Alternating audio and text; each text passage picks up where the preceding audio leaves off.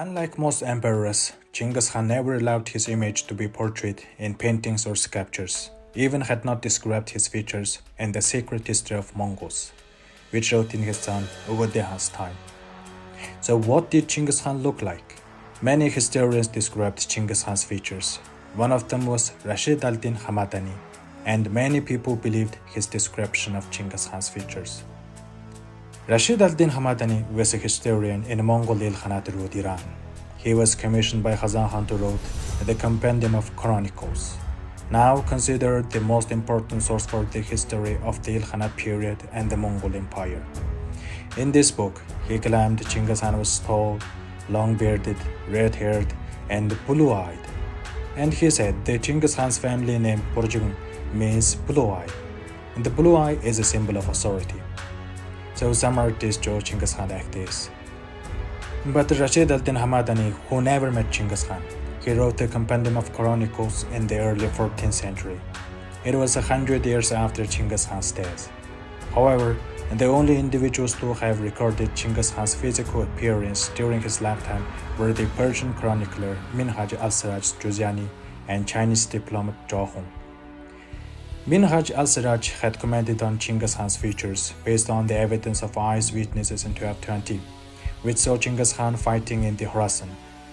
Minhaj al-Siraj described Genghis Khan as a man of tall stature, of vigorous build, robust in body, the hair of his face scanty and turned white, with cat's eyes, possessed of dedicated energy, discernment, genius, and understanding, all striking.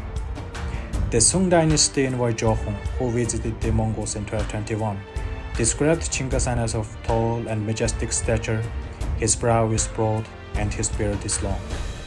These two historians never mentioned Genghis Khan as red-haired and blue-eyed. Blue eyes must be very strange to this Chinese envoy Zhao Hong. But he didn't mention that Genghis Khan had blue eyes. A French missionary, William of Rourke, met Genghis Khan's grandson Batu Khan and great Khan Mok, but he never mentioned their eyes color different from other Mongolians. Why did Rashid al-Din Hamadani say that Genghis Khan had blue eyes? Rashid al-Din Hamadani emphasizes the connection between the Porchin clan and the royalty.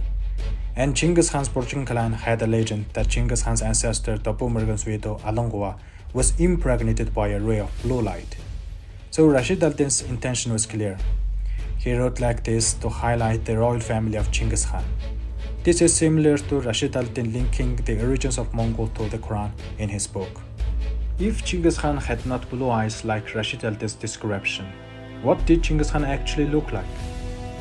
The earliest known portrait of Genghis Khan was produced half a century after his death. A Mongol painter known as Khan was commissioned by Kublai Khan in 1278 to paint this Genghis Khan's portrait. The story goes that Kublai Khan ordered Khan, along with the other entrusted remaining followers of Genghis Khan, to ensure the portrait reflects the great Khan's true image. This portrait is often considered to represent the closest resemblance to what Genghis Khan actually looked like. If Genghis Khan really had blue eyes, the painter would not have dared to ignore the color of his eyes. Because Kublai Khan had seen his grandfather when he was a child, and Kublai Khan also had many old relatives and generals who had seen Genghis Khan. This portrait of Genghis Khan is now in the collection of the National Palace Museum in Taiwan. Why did Genghis Khan portrait in Taiwan? When the Great Yuan dynasty retreated to the Mongolian steppe in 1368, a large number of treasures were left in Beijing, including portraits. Perhaps Taiwan Timur Khan took away the original Genghis Khan portrait, but it has never been found.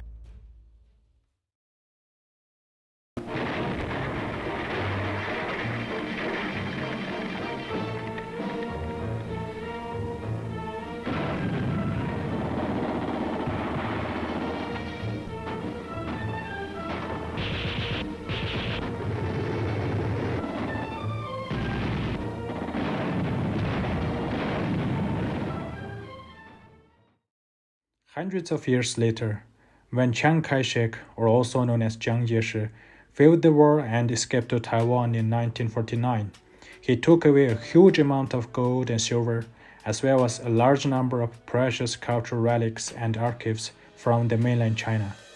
Among them is this portrait of Genghis Khan. Some people say that the Mongols were barbarians and Genghis Khan was the butcher. In fact, they don't know Mongolian culture, way of life, way of thinking, and the natural environment in which they live. If they understood Mongolian history from an anthropological perspective, there would be no such misunderstanding. That's why I started making this series of videos. If you like it, please subscribe to my channel. Thank you for your support.